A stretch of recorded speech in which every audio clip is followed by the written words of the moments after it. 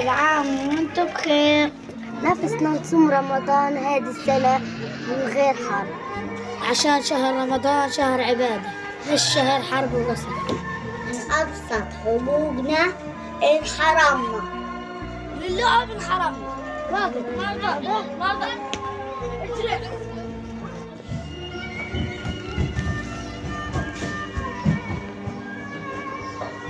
بدل ما نصوف طابور المدرسة صرنا نصوف طابور التكية عشان نلعب رز قلبنا الرز. حرمونا من المدارس صرنا نصوف دور على المياه الحلوة.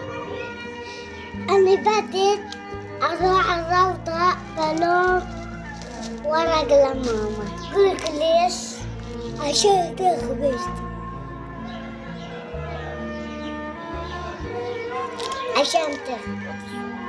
شايفين قديش لمية؟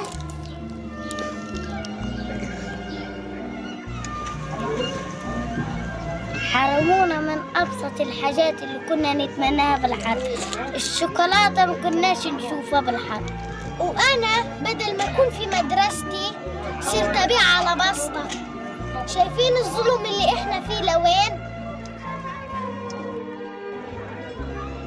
الحاجات هذه بتسمعهاش غير بغزة. إحنا أطفال غزة مدفونين في الحياة، مدفونين في الحياة. ما كناش نعرف ننام من القصص. إن شاء الله هذه السنة نتسحر من غير قصف وحرب. كنا نسمع بالأخبار في ناس بيتسحروا وانقصفوا وماتوا حرام. إن شاء الله هذه الأيام نتسحر من غير قصف. حد يفهمنا بس ليش أطفال غزة بصير معاهم هيك؟ إحنا